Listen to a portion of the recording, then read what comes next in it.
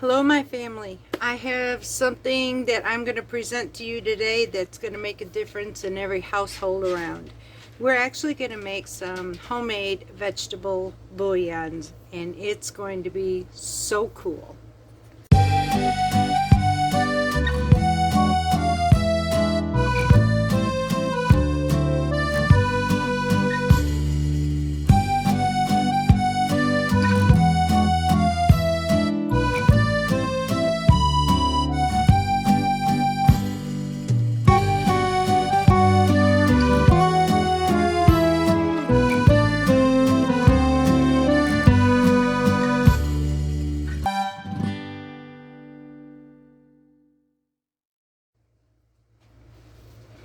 Okay, my family, so you're going to need a lot of vegetables. Now, for what we have here, I didn't have everything that I saw because the recipe that I've been learning from is actually from Europe and in the Mediterranean. So I was able to get as much of the root vegetables, celery, parsley, all these different flavors. So we're going to get started, and this is going to be a process that will take 24 hours. I'm going to give you step-by-step instructions, show you how this is done, and it's not as hard as it would seem. So let's get started.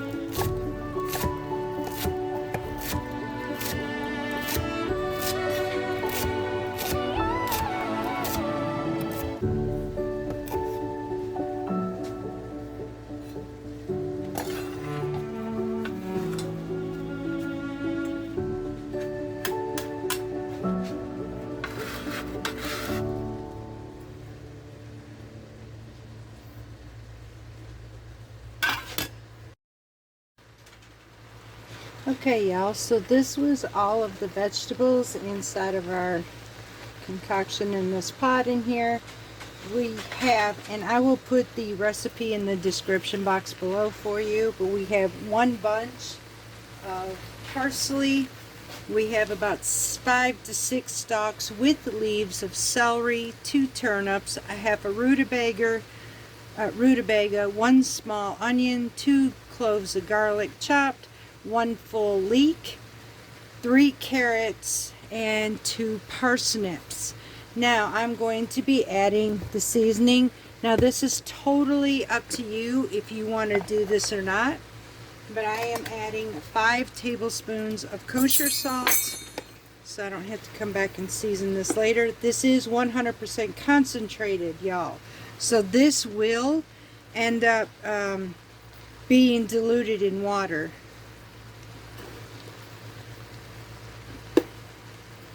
4, and 5. This is going to help bring out the juices in all the vegetables. And I'm going to need 1 tablespoon of turmeric.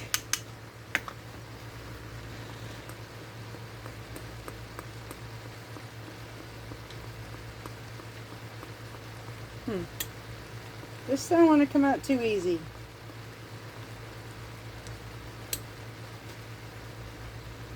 Okay, I'll be right back.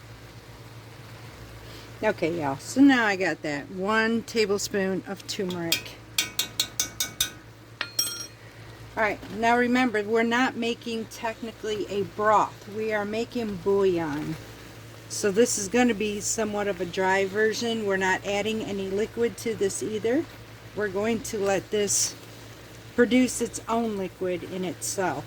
So I'm going to mix this up really good. I'm going to keep an eye on it for the next 20 minutes. But I'm going to cover this and let these cook until all of these vegetables you see in this pan are completely very, very soft. Because what we're going to do next with them is going to be actually quite amazing and beautiful. So let me go ahead and get this stirred up.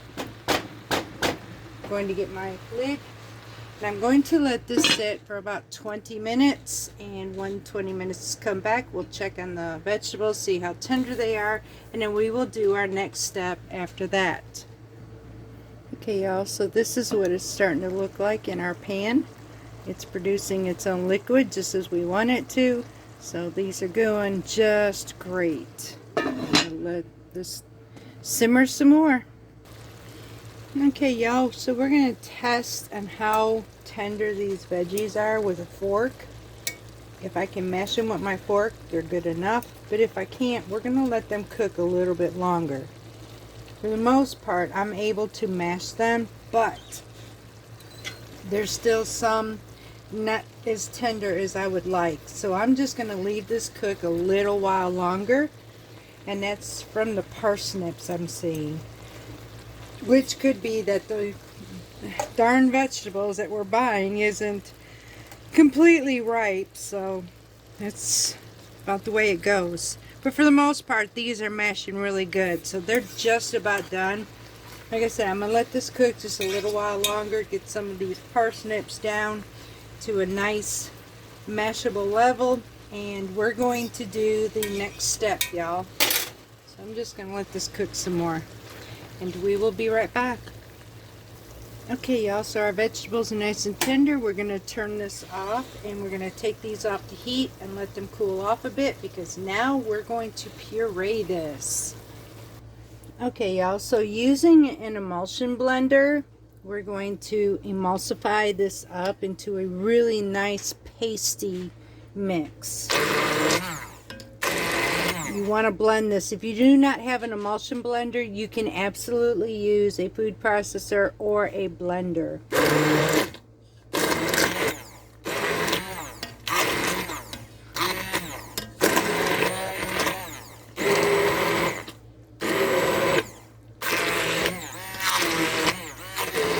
Now I'm going to go ahead and finish this, and I'll show you what it looks like when it's finished, y'all. Alright, y'all, so we got this done. Now I'm going to show you exactly what this looks like. And we'll turn this around so that you can see it.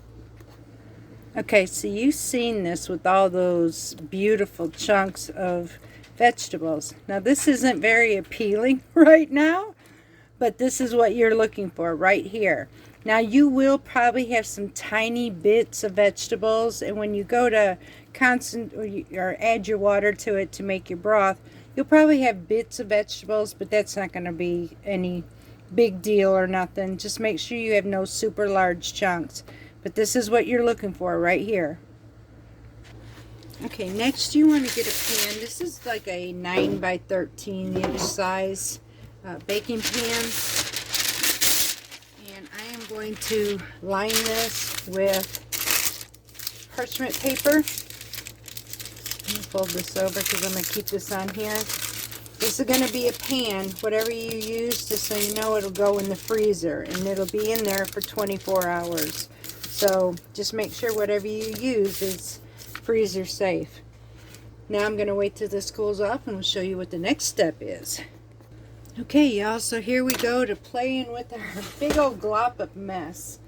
I'm just going to take this and we're just going to put that right into this pan, every bit of this. Just like so.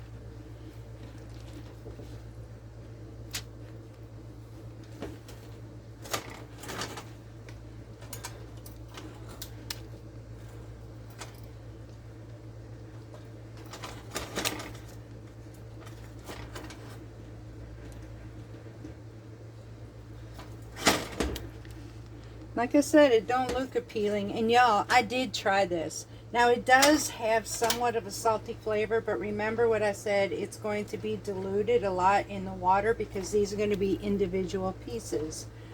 So, but it had amazing, amazing vegetable flavor with all those ingredients that we used. This was super cool.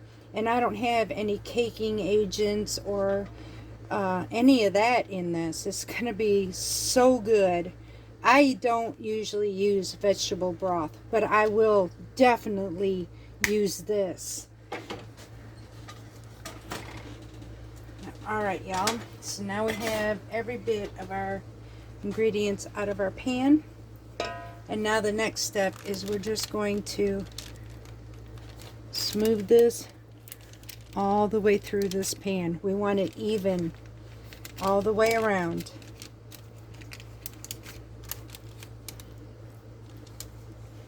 So I'm going to be back after I get this spread and I'll show you what it looks like and how what we're going to do next.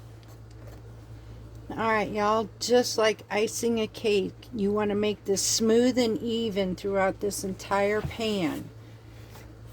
And I just about have that just like I need it. So, at this point, this whole pan, y'all, right now, this goes into the freezer. This will be sitting in the freezer all night long, overnight. So, that there's no more to do to this until tomorrow. So, at this point, we will be back tomorrow. And we will show you what to do next with this beautiful bouillon. So, we'll see you tomorrow, y'all. Good morning, y'all. It is the next day and our vegetable broth is frozen solid. Now it's time to show you what we do with this so that we can store it in our freezer. So, let's get started.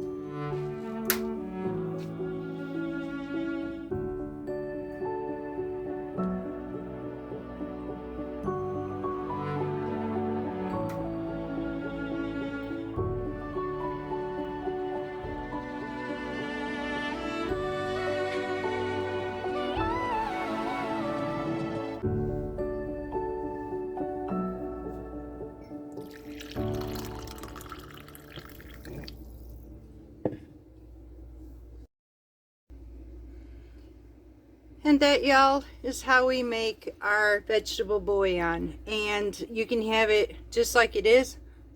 I'm fixing to try some of this, so hang on a minute. Take down some of that hot.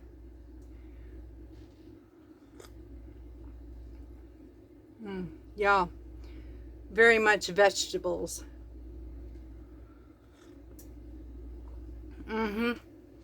And the saltiness that was in the concentrate is pretty much diluted. So that 5 tablespoons of salt that everybody saw, that's in the concentrate. Please, whatever you do, I would not use this concentrate without diluting it with water. It is made just for this. It's a bouillon. So, and this worked out great. One bouillon, you can use 2 if you wanted to. We'll do 4 cups of broth. So this is perfect, y'all, for a winter day. So, and absolutely amazing to put in your meals, whatever you need for a soup or whatever. So I'm hoping you like this video. I absolutely love this. Next time I have beef, and I'm gonna do chicken bouillons. I'll show you exactly how much we got out of this batch. Here you go, guys. We have over, I'd say at least 50. I didn't count. I probably should have, but I've got about 50 bouillon cubes. And can you imagine if I had beef and chicken too? How much of this would it last me all winter long? There was a purpose I did this, and I'm about to explain it. Okay, y'all. Several reasons why I did this. Number 1 reason was this here is purely made from fresh. As you've seen from the beginning, these are fresh vegetables. So there's no hidden sugars, or there's no hidden caking agents, preservatives, or chemicals. This is 100% vegetables. Now there is a way I can do this in dry form, and I may try that as well. So we have dry bouillon on top of this bouillon, but this has to be frozen.